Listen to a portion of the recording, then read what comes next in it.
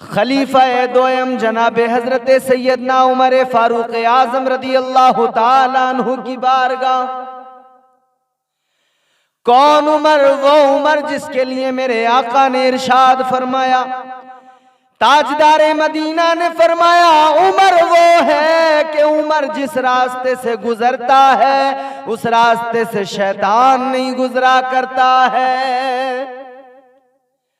मजीद मेरे आका ने फरमाया, उमर हजरत उमर की शान बयान फरमाई। मेरे आका फरमाते हैं, इमामुल अंबिया फरमाते हैं, उमर का मकाम ये है, अगर मेरे बाद में कोई नबी होता तो वो कोई और नहीं बल्कि मेरा उमर होता। ये हजरत उमर फारूक आजम है। अल्लाह अकबर। सहाबियत इनकी ये कि हुजूर पाक सल्लल्लाहु ताला अलैहि वसल्लम के जो 4 यार हैं उनमें दूसरा नंबर हजरत उमर फारूक आजम का है।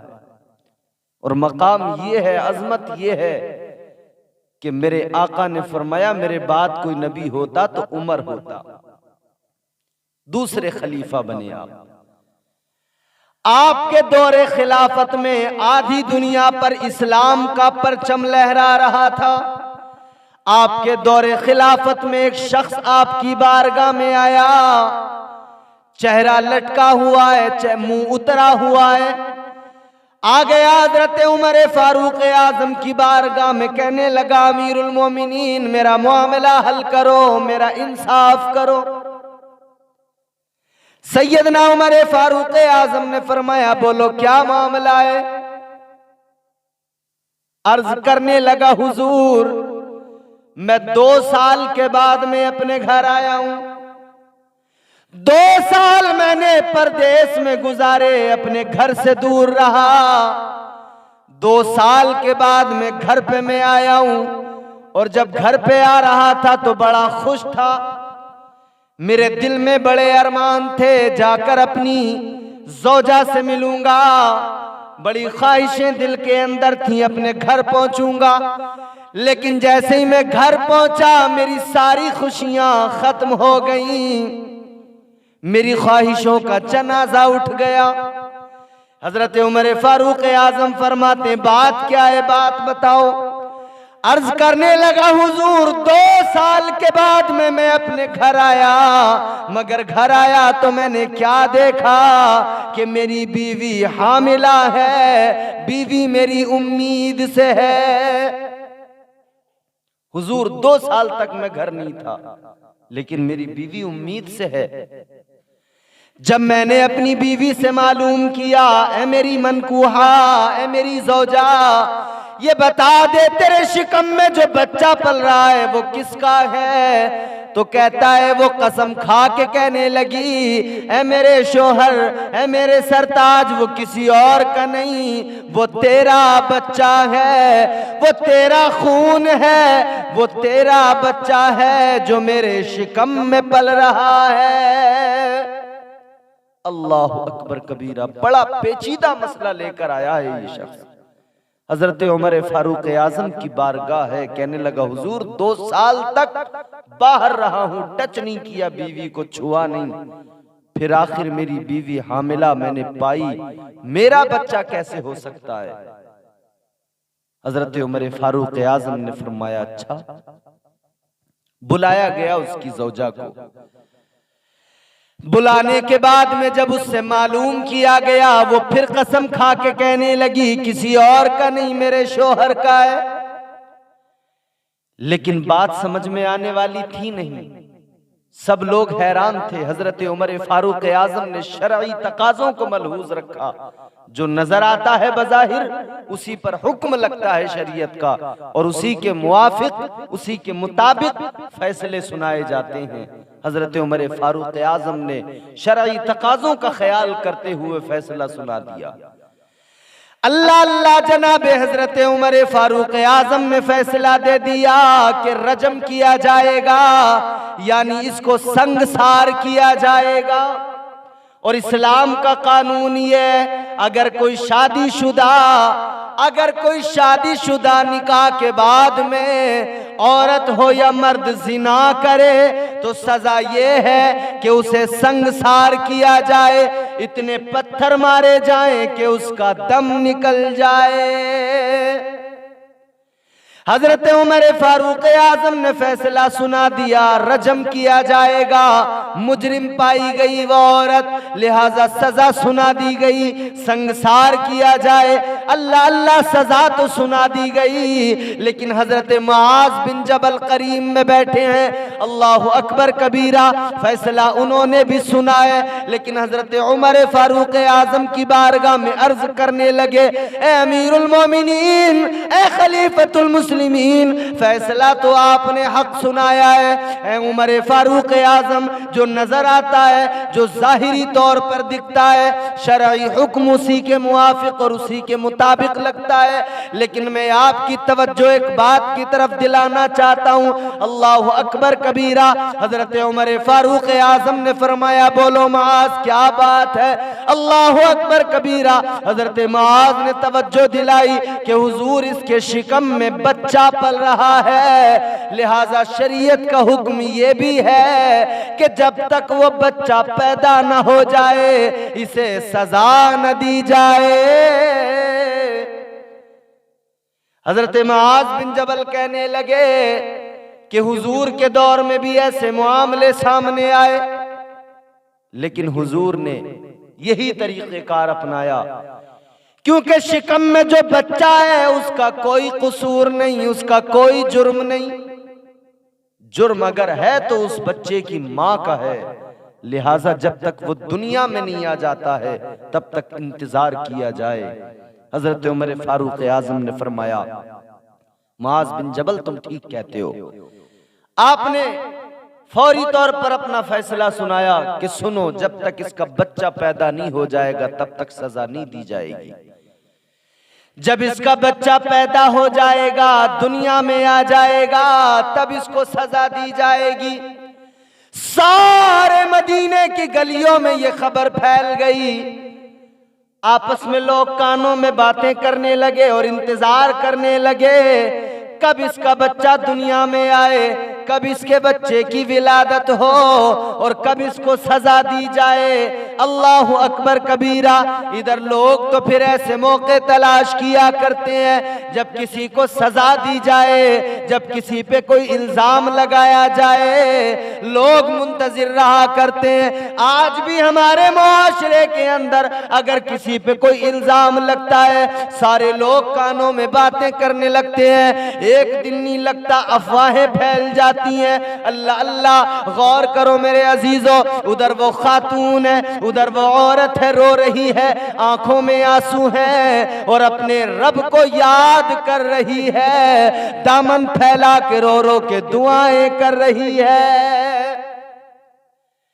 अल्लाह की बारगाह में अर्ज करती है, मौला ऐ मेरे परवरदिगार, तू बड़ा करीम है, तू बड़ा रहीम है, मालिक तू दिलों के हाल जानता है, तुझसे कुछ भी छुपा नहीं, तेरी जात से कोई शय पोशीदा नहीं।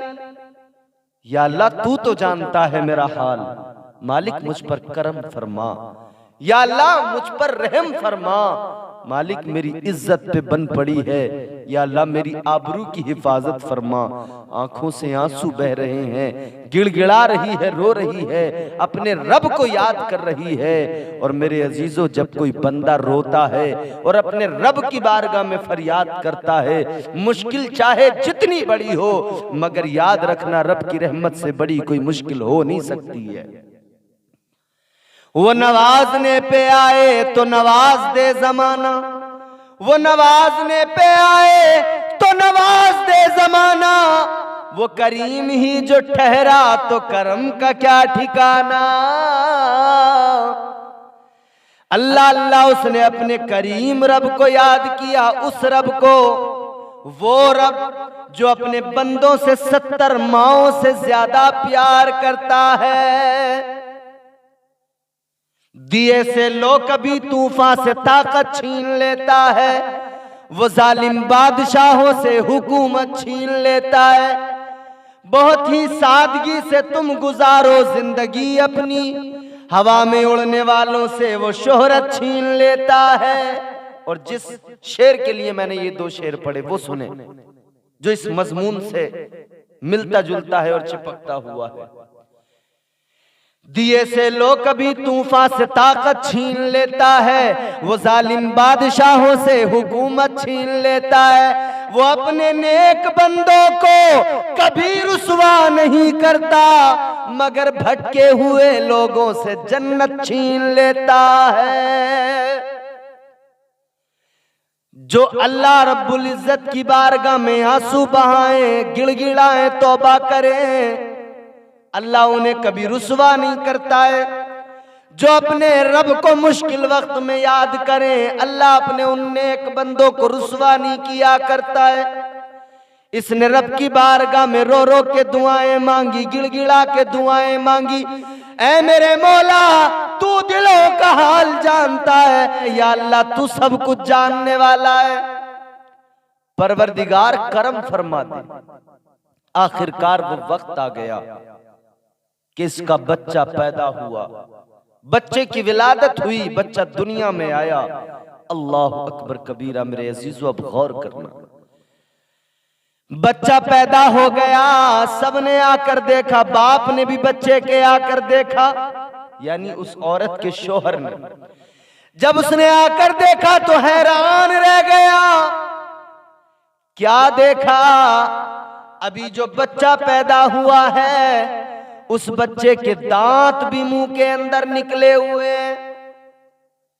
वो बच्चा पैदा हुआ है तो आम बच्चों की तरह नहीं, जैसे आम बच्चे आम तौर पे पैदा होते हैं। अल्लाह अकबर कबीरा। वो बच्चा पला हुआ पैदा हुआ, वो बच्चा ऐसा कि उसके दांत भी निकले हुए। जब इतना उस इंसान ने देखा, उस बच्चे की शबाहत को देखा, उस बच्चे की सूरत को देखा, नैन नक्श पे नजर डाली, बेसाख्ता कहने लगा ये बच्चा किसी और का नहीं, यकीनन ये बच्चा मेरा है, इसकी शबाहत भी मेरी शबाहत से मिलती है।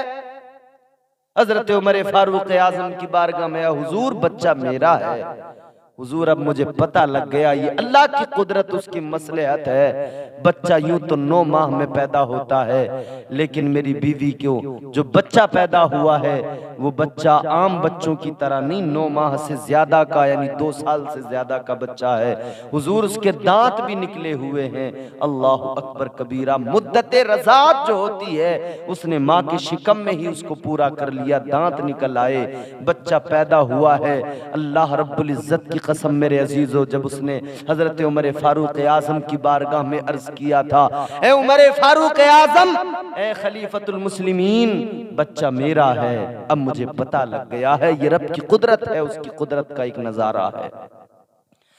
अल्लाह अकबर कबीरा। हजरत सैयदना उमर फारूक आजम रदी अल्लाह ताला अन्हु फरमाते हैं कि हजरत मुआज बिन जबल ने तवज्जो दिलाई, एक ऐसी औरत जिसने गुनाह नहीं किया मगर मैं उसे संसार करवाने वाला था, उन्होंने तवज्जो दिलाई, उनकी वजह से, उनके तवज्जो दिलाने की वजह से मैं हलाक होने से बच गया।